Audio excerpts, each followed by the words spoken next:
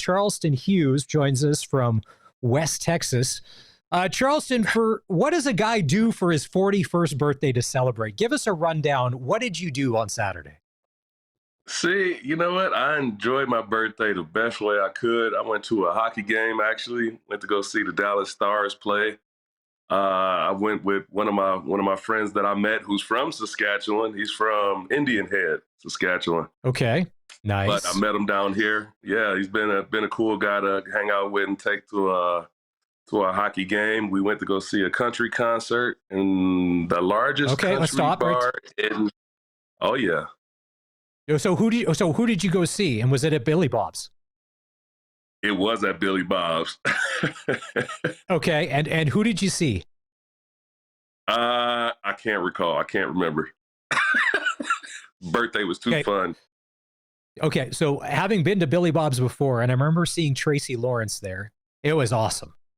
That place, what did you say? It holds 5,000 people. It's huge. I would say, man, on the low end, 3,000, probably, yeah, more closer to 5,000. But I've never been in a place that massive before. I was more shocked that there was a bull riding pit inside of it and all kind Hey, of crazy stuff going on. bull riding, you can get a custom made cowboy hat there. They've got food. And I remember after Billy Bob's and Tracy Lawrence, and I'm not staring, this is at the Stockyards in Fort Worth.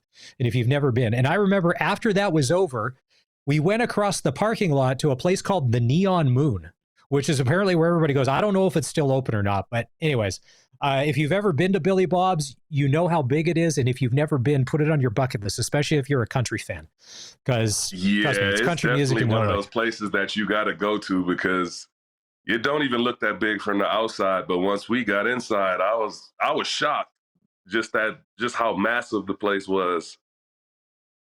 Yeah.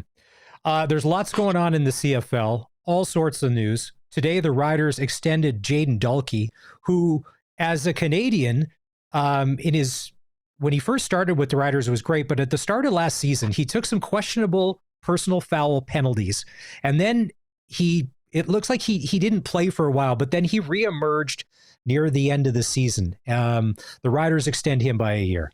Noah Zur got locked up yesterday for another year. If you missed that interview, we have it posted, the podcast at sportscage.com. Trevor Harris signing, all of that. The Riders are trying to do the things. What do you make of the Cody Fajardo traded from Montreal to, or traded to the Elks for the rights to McLeod Bethel Thompson? If you're a general manager, if you're Ed Hervey, do you like Fajardo's stability behind a young Trey Ford? Yeah, I would like that, and it's still putting leadership in the room because Trey Ford, he hasn't been around the league for very long. He's still kind of a young player. He has the ability to grow. So getting behind a Grey Cup winning quarterback, I mean, or being with a Grey Cup winning quarterback behind you, I mean, it sounds like you're just trying to put some leadership in the room, trying to put somebody in the room that kind of been there before and knows what they're doing. And I think on the Montreal side with Davis Alexander, who's pretty much a round rookie, and he's been around for a while, if they do sign McLeod Bethel Thompson, that's a good Danny Machocha security blanket for them if he falters, if he gets hurt. Now, to me, on the Edmonton scenario, I had said Cody Fajardo will be starting somewhere by Labor Day next year. There's just not enough quarterbacks. And the way that Trey Ford plays, very explosive, but like Lamar Jackson, leaves himself exposed because when he runs, you're opening yourself up to get hit. And then Right. you can get hurt. So I always thought, I'm like, you know what? He will be somewhere. Ed Hervey talking about how he sees the value in him. Here we got some Trey Ford going here. He's running. He's gunning. He's doing his thing. He's capable of doing a lot on the field. Even if you just watch those plays right there and that scramble and throw is very Cody Fajardo-like too. So they have similar play styles when they come to being a pocket passer, making good throws, and actually being on the scramble to make throws. Earlier in the week, the Calgary Stampeders filled out their coaching staff kind of quietly. And one of the guys that is part of that coaching staff, and you guys were in the league the same time, John Bowman is going to be part of Dave Dickinson's crew this year. What does a guy like that bring? What do the players not know about a John Bowman that they're going to be pleasantly surprised when it rolls around and he starts coaching them up, as you say? Well, that defensive line struggled last year, and I think that was a big move for them to try to improve their defensive line by improving the coach at defensive line. There's nothing against Juwan Simpson and what he did last year. I think he was absolutely amazing for being in that position and doing the best at that position. But Juwan's a line. Oh, we lost Charleston. We'll get him back. The Charleston Hughes experience on the all-new SportsCage. 60% of the time, it works every time. 80% of the time, Charleston will always drop out video or phone. We've got him back. There he is. Yeah, I got a phone call, man. The spam calls always hit me at the wrong time. Like, I'm on the SportsCage. I'm talking football. You were talking about John Bowman and what he'll bring to the Stamps coaching staff, which may be what they didn't necessarily have last season because it wasn't a great year for the Stamps. Yeah, it just wasn't a great year for them, man. And like I said, with Juwan Simpson, he's a linebacker by trade, so he's more of a linebacker coach. And to have him just step up, and coach defensive line like that, I mean, it takes a defensive lineman who's been, in the trenches to actually coach the position and know the small nuances of, how to win, how to get to the quarterback, how to play the run, when to take chances, when not to take chances. Like John Bowman knows every bit of that. So that's one improvement that, that team really needed. Yesterday, the CFL came out with its report cards. For the first time ever, they gave players a chance to vote anonymously. Curtis, can we put out the report card? So the Riders did real well in some areas. The Edmonton Eskimos had the worst report card for anybody in the league. But now there's some, so there it is right there. Let's see. And keep in mind, you've got experience with a bunch of these teams. So the Riders did real well in football ops, management and administration. But here's where I don't get. Equipment, they only got a B. To me, Mosaic Stadium is a palace. And I've been in their locker room and I've seen their facilities. To me, that's in the CFL. Like, how would they have not got an A for equipment? I wonder on that one, what are they lacking? For the Riders? The B? Yeah.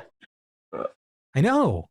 For equipment, because equipment's just money. That's just stuff you got to go buy. Man, nobody has an A either, though. So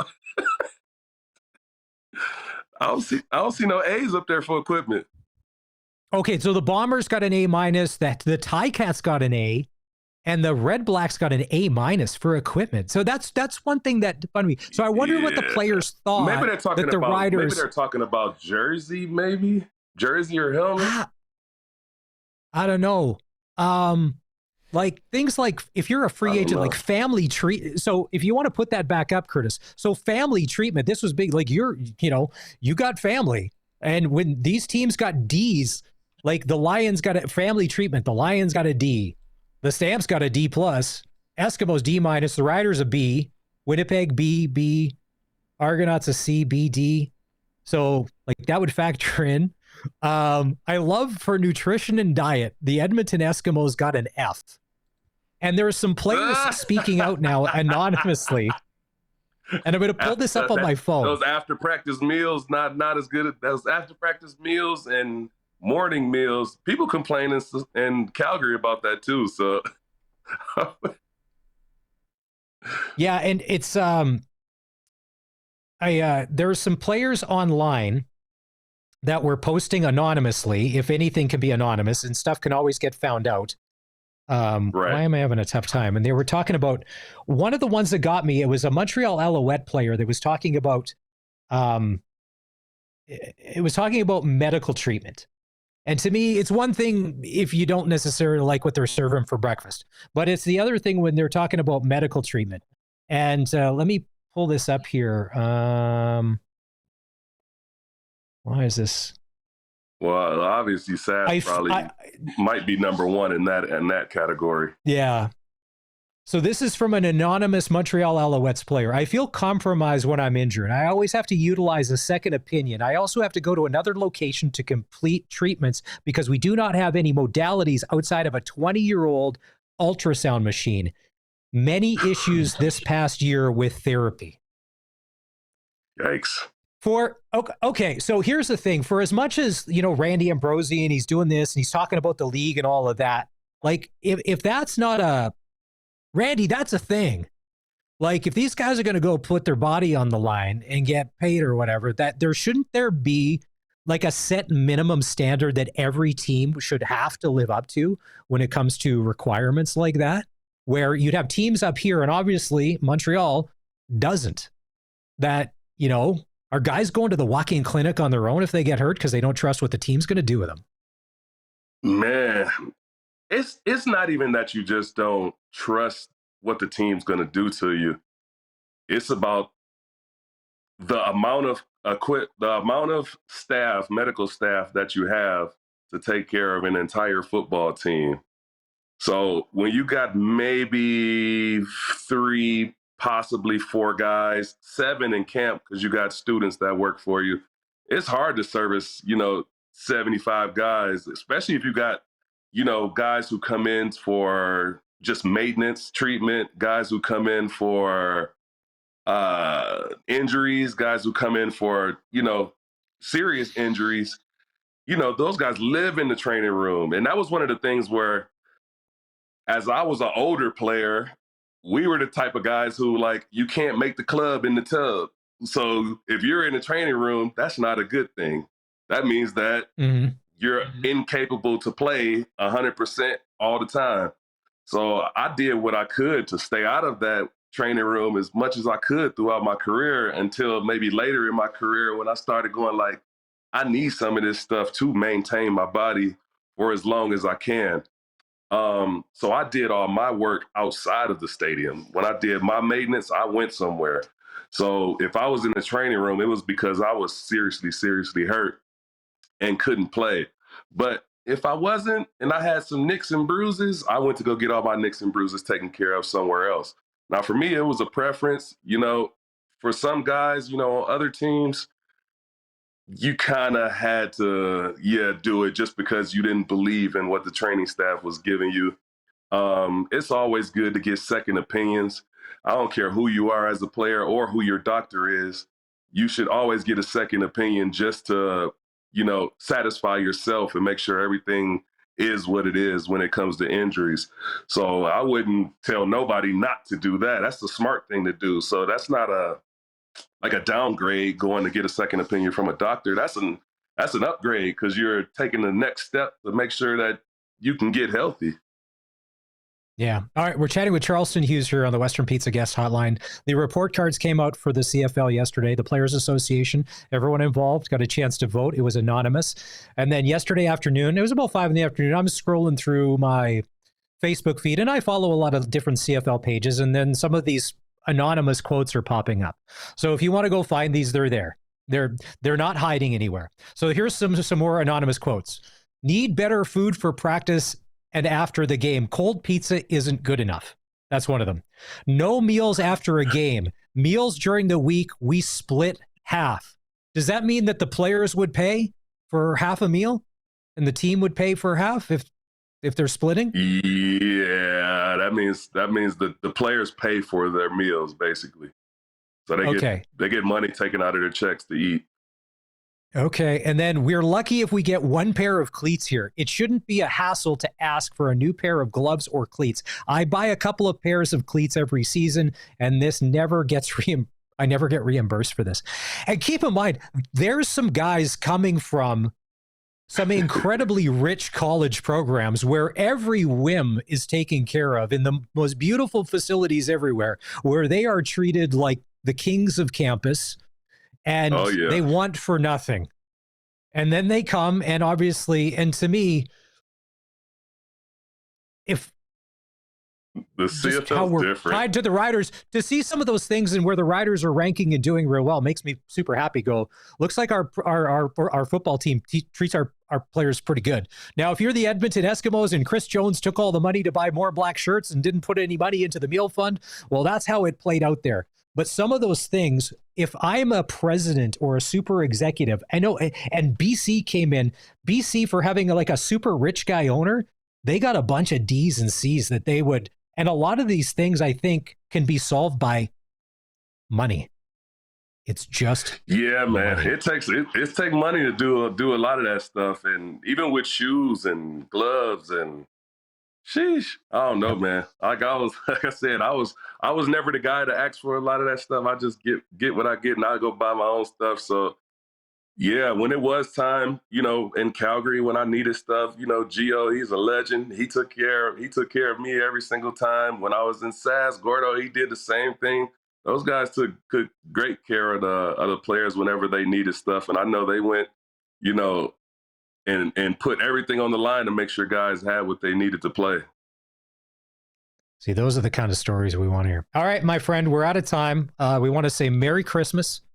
Happy New Year. Christmas. We'll catch up with you in the new year. And one of the best parts about the Sports Cage since like late August, early September is having you come on and be a regular. We really appreciate that. Happy holidays, like my friend. Happy holidays to you too, man. Merry Christmas, everybody. Ladies and gentlemen, Charleston Hughes. All right, stick close. We're going to take a break. When we come back, we're going to continue this football conversation